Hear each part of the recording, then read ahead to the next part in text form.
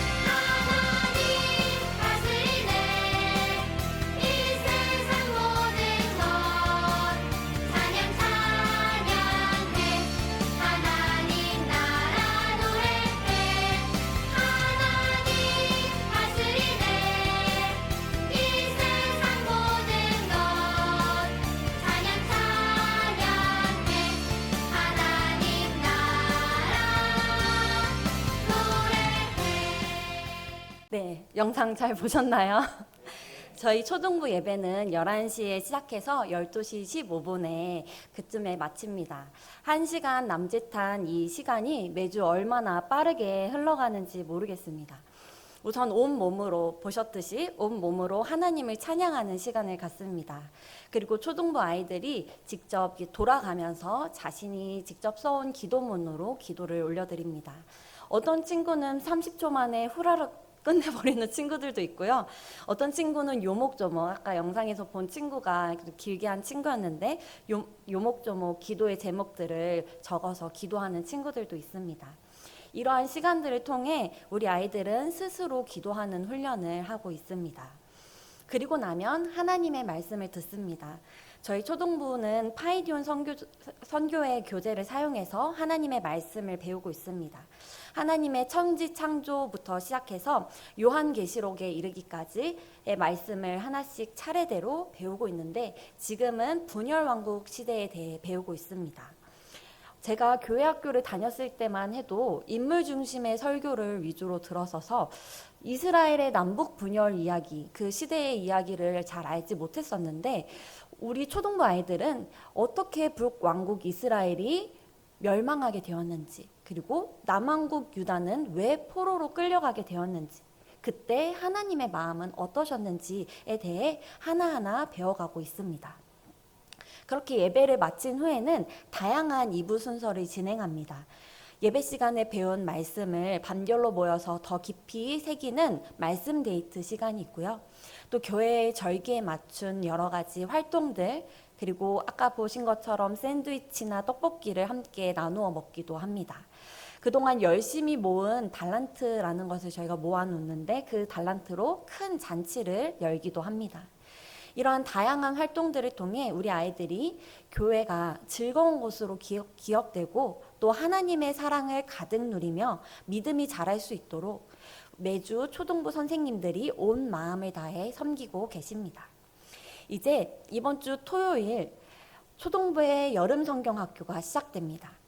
1년 행사 중 가장 큰 행사인 여름 성경학교의 이번 주제는 초등부가 주일 교재로 사용하고 있는 파이디온 선교회의 올해의 성경학교 주제인 살아가요 하나님 나라입니다. 하나님 나라, 우리 성도님들에게는 하나님 나라가 어떤 의미인가요? 목사님 정도는 되어야 이해할 만한 신학적 지식, 너무 멀게만 느껴지는 내용, 너무 나와는 크게 상관없을 것만 같은, 그리고 너무 고차원적인 것 같은 내용, 이렇게 다가오시지는 않으신가요? 이것이 바로 제가 갖고 있던 마음이었습니다. 신학교 시절부터 지겹도록 하나님 나라에 대해 들었지만 별로 깊이 다가오지 않았습니다.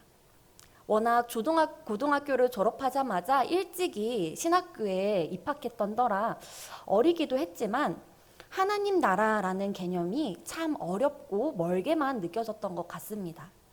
그런데 이번 성경학교 주제가 하나님 나라로 정해지니 참 어려웠습니다. 하지만 이것이 저에게 큰 은혜였습니다. 성경학교를 준비하기 위해 하나님 나라를 공부하면 그 참된 의미를 깨달아가게 되었습니다.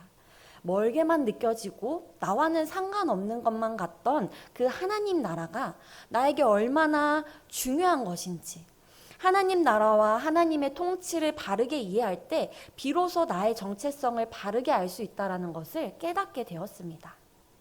사랑하는 성도님들, 우리의 정체성이 바르게 세워지고 바르게 아는 것이 매우 중요합니다. 우리의 정체성이 분명히 세워져야 삶의 방향 또한 분명히 세워질 수 있기 때문입니다. 하나님 나라가 왜 중요한지, 우리의 정체성은 무엇인지 오늘 말씀을 통해 함께 알아가는 시간이 되시길 소망합니다. 네. 사랑하는 성도님들, 하나님 나라는 무엇이라고 생각하시나요? 천국, 죽어서 가는 나라, 죽어서 들어가는 나라라고 생각한다면 그것은 반쪽짜리 진리입니다. 하나님 나라는 천국만을 의미하는 것이 아닙니다.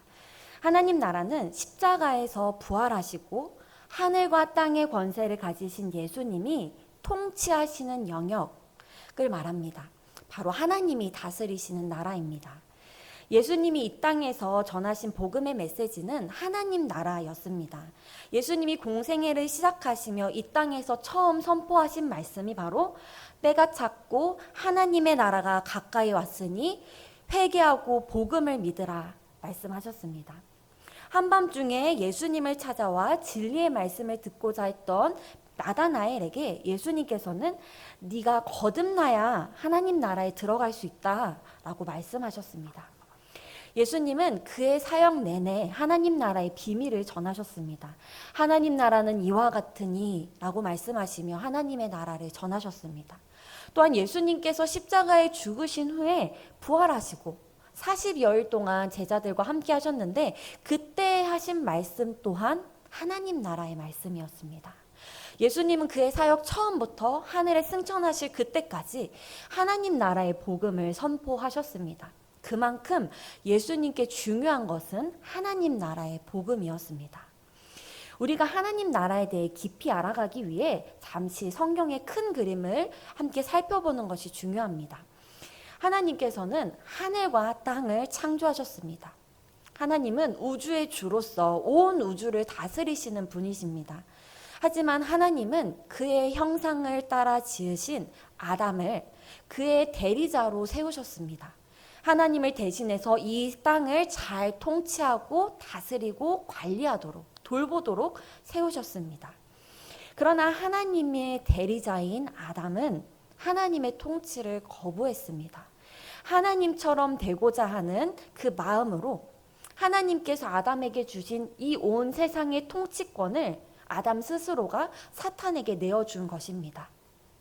이렇게 아담은 사탄의 종이 되었고 모든 사람은 죄와 죽음의 통치 아래로 들어가게 되었습니다. 동시에 이 땅 또한 아담과 함께 사탄의 통치 아래로 들어가게 되었습니다. 하지만 하나님께서는 타락한 인간을 내버려 두시지 않으시고 다시 그들의 하나님이 되어주시기로 하셨습니다. 그렇게 하나님은 아브라함과 그의 자손들을 택하셔서 그들의 하나님이 되어주시겠다 말씀하셨습니다. 나는 너희의 하나님이 되고 너희는 나의 백성이 되리라 라고 그들과 언약을 맺으셨습니다. 우리의 존재가 죄를 지을 수밖에 없는 죄인임을 우리가 회개함으로 그리고 예수 그리스도를 구주로 모심으로 그 믿음으로 하나님 나라에 들어오면 죄의 용서와 구원이 있을 것이다 라고 약속해 주셨습니다. 그래서 유대인들은 하나님께서 역사의 종말에 이 땅에 오셔서 악의 세력들을 다 멸망시키시고 그의 백성들을 구원하실 것이라는 그 소망으로 살아갔습니다. 하나님의 자비와 공의로 통치하시는 하나님 나라가 임할 그때를 기대하며 살았습니다. 사랑하는 성도님들, 그렇다면 하나님 나라는 언제 이 땅에 임했을까요? 하나님 나라는 언제 이 땅에 임하였을까요? 예수님은 이 땅에 오셔서 하나님 나라의 복음을 선포하셨고 사람들에게 하나님 나라를 약속하셨습니다. 그들을 하나님 나라로 초대하신 것입니다.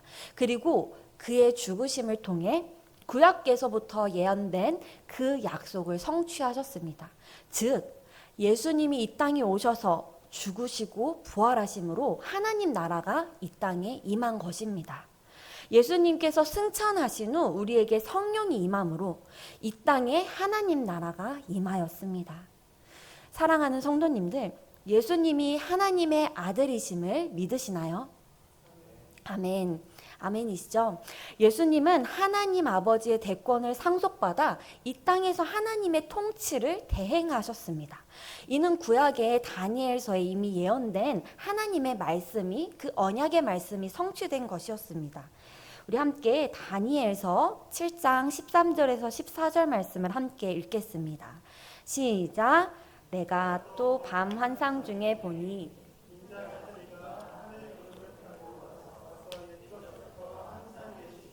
나아가 그 앞으로 인도되매 그에게 권세와 영광과 나라를 주고 모든 백성과 나라들과 다른 언어를 말하는 모든 자들이 그를 섬기게 하였으니 그의 권세는 소멸되지 아니하는 영원한 권세요 그의 나라는 멸망하지 아니할 것이니라. 아멘. 여기 말씀에 나오는 인자 같은 이분이 바로 하나님의 아들 예수님을 지칭합니다. 하나님의 아들 예수님께서 하나님께 권세와 영광과 나라를 다스리는 그 대권을 위임받으셨습니다. 하나님께만 있는 죄 사함의 권세를 예수님이 받으신 것입니다. 그렇게 예수님께서는 하나님의 아들로서 하나님의 구원의 통치를 대행하셨습니다.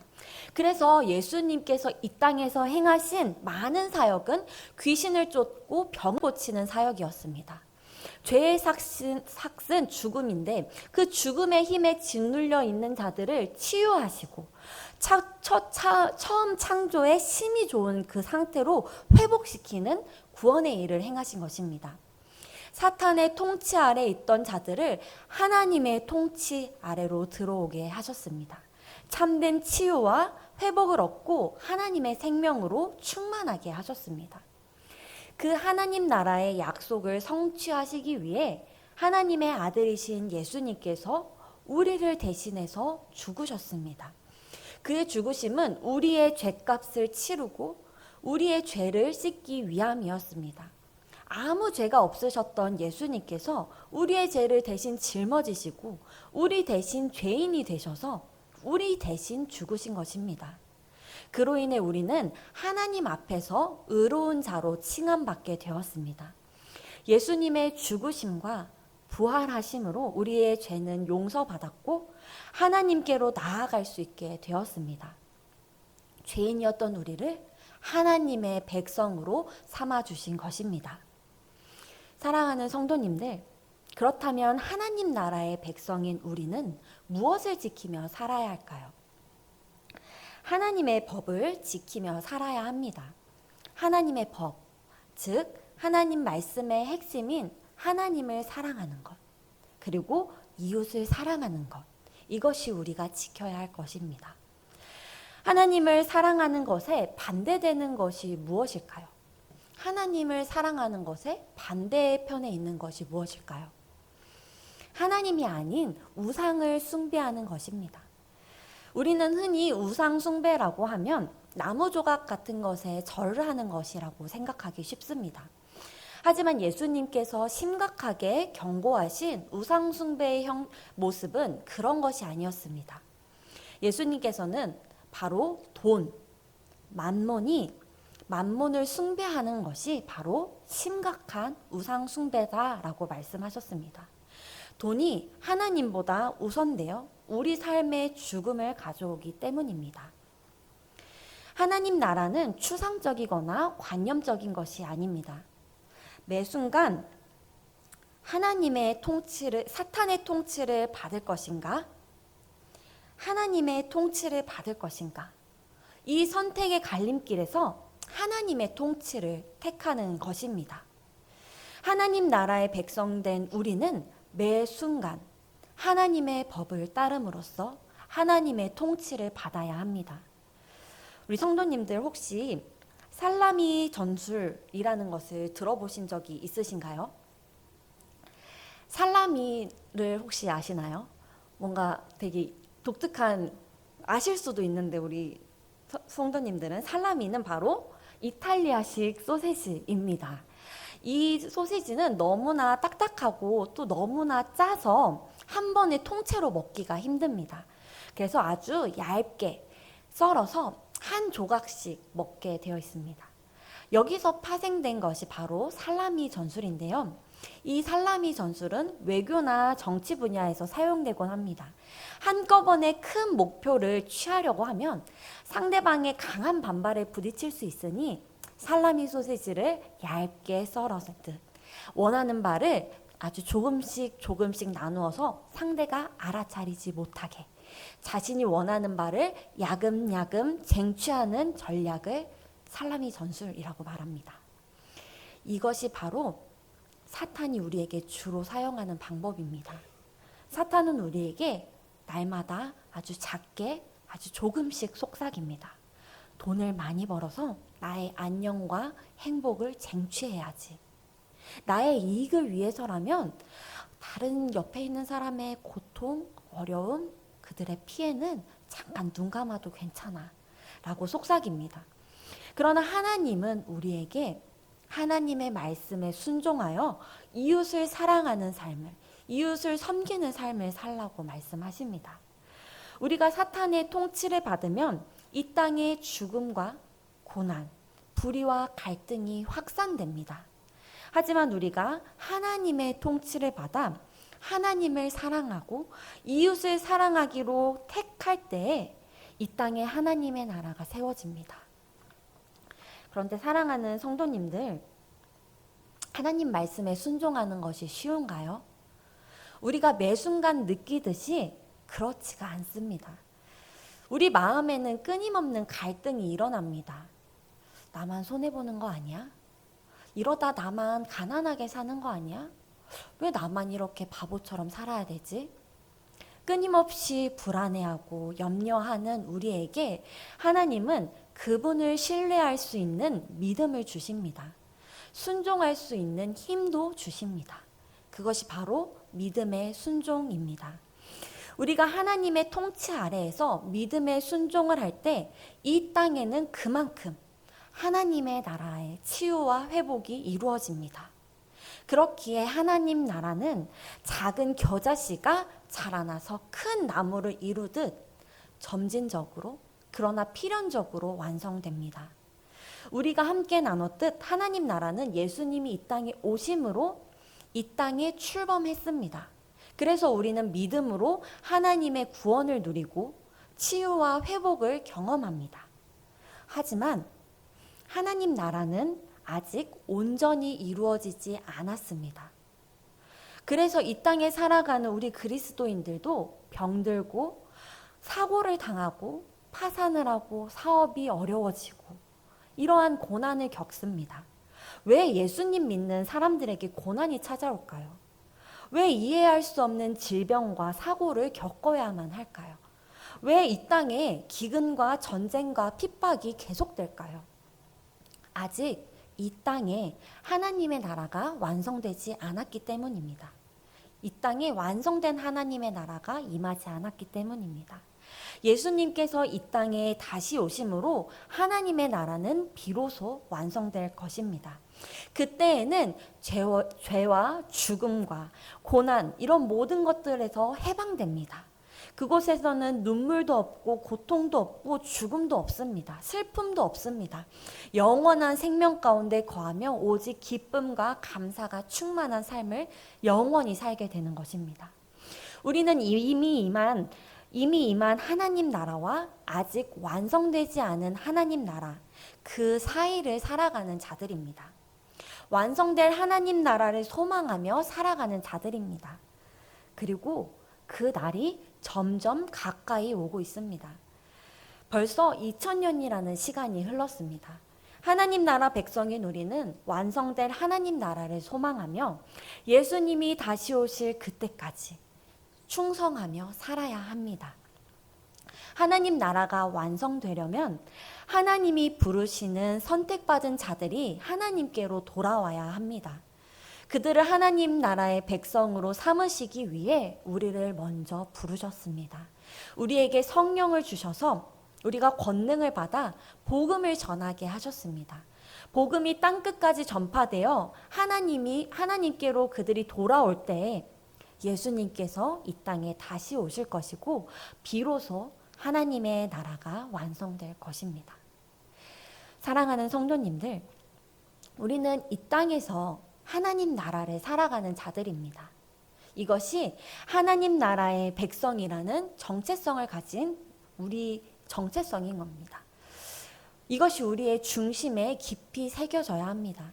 우리가 왜 이웃을 섬겨야 합니까? 우리가 왜 착하게 살아야 합니까? 왜 말씀대로 순종해야 합니까? 그것으로 구원을 받기 때문이 아닙니다. 그것이 하나님 나라의 법이기 때문입니다. 하나님 나라의 백성으로 우리의 삶의 방향이 세상의 부와 명예와 성공이 아니라 하나님을 사랑하고 이웃을 사랑하는 삶으로 변화되었기 때문입니다. 우리는 이러한 자리에 서 있는 자들입니다. 하지만 우리는 하나님 나라보다 세상 나라의 마음이 더 향하는 것만 같습니다. 세상 사람들과 전혀 다를 바 없이 세상의 것을 쫓게 되고 돈이 있고 없음에 우리의 만족과 행복이 좌지우지되고 나에게 주어진 하루하루가 나의 것인 것처럼 내가 원하는 대로 내가 행동하고 싶은 대로 살아가고 있는 것 같습니다. 사랑하는 성도님들, 하나님은 부족하고 연약한 죄인인 우리를 하나님 나라 백성으로 삼아 주셨습니다. 우리를 위해 그의 아들을 아끼지 않고 우리를 위해 보내주셨습니다. 예수님은 하나님의 대행자로서 자신의 몸을 바쳐 우리를 구원해 주셨습니다. 이제 우리는 더 이상 사탄의 통치 아래에 있는 것이 아니라 하나님의 통치 아래에 있는 자입니다. 새로운 피조물이요, 거듭난 하나님의 백성입니다. 우리의 마음이 세상에 향해 있어서 하나님 나라는 멀게만 느껴지고 나와 상관없이 느껴졌다면 오늘부터 우리의 정체성을 바르게 새기며 하나님 나라의 백성으로 살아가는 우리 모두가 되길 소망합니다.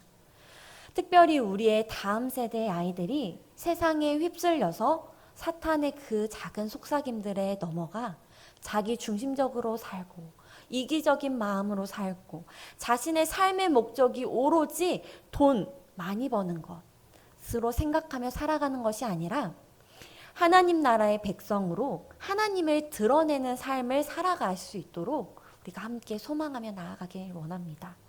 그 변화의 시작이 이번 여름 성경학교가 되길 소망합니다. 성도님들께서 예배당에 들어오실 때 다들 품기도를 받으셨을 것입니다. 품기도 카드를 하나씩 받으셨을 것입니다. 혹시 못 받으신 분이 있다면 예배 후에 받으실 수 있도록 하겠습니다. 이것은 우리 초등부 아이들이 예배 후에 2부 순서 때 고사리 같은 손으로 한자 한자 적은 기도 카드입니다. 또 1학년 친구들은 글씨를 잘 쓰지 못해서 선생님들이 불러주는 대로 받아 적기도 했습니다. 사랑하는 성도님들, 우리 초등부 아이들을 위해 이번 여름 성경학교를 위해 기도로 함께 해 주시길 바랍니다. 하나님은 우리의 기도를 통해 역사하십니다. 한참 에너지가 넘칠 시기라 장난도 많이 치고 그러다가 다투고 울고 그렇게 마음이 상해서 교회에 대한 마음의 문이 닫히기도 하는 시기가 바로 이때입니다.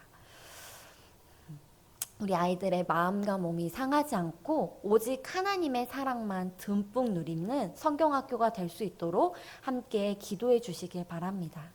특별히 모든 활동을 마친 후에 우리가 수영장을 가는데 안전한 놀이가 될 수 있도록 또한 좋은 날씨 있을 수 있도록 기도해 주시길 부탁드립니다. 무엇보다 우리 아이들이 성경학교를 통해 하나님 나라 백성으로 세워지는 시간이 되기를 함께 기도해 주시길 부탁드립니다. 말씀과 찬양과 기도를 통해 하나님을 만나는 시간이 될 수 있도록 이 시간 가운데 하나님이 역사하시는 시간 되도록 함께 기도로 동역해 주시기를 바랍니다. 한 아이를 키우려면 온 마을이 필요하다라는 아프리카의 속담을 저는 늘 인용합니다. 그리고 한 명의 믿음의 사람을 세우기 위해서는 온 교회가 필요하다고 저는 믿습니다. 우리 아이들이 하나님 나라의 백성으로 세워지도록 세상에 휩쓸리지 않는 하나님의 자녀로 살아가도록 우리 성도님들이 함께 해주시길 소망합니다. 그럴 때 우리를 통해 하나님 나라가 이 땅 가운데 세워질 것입니다.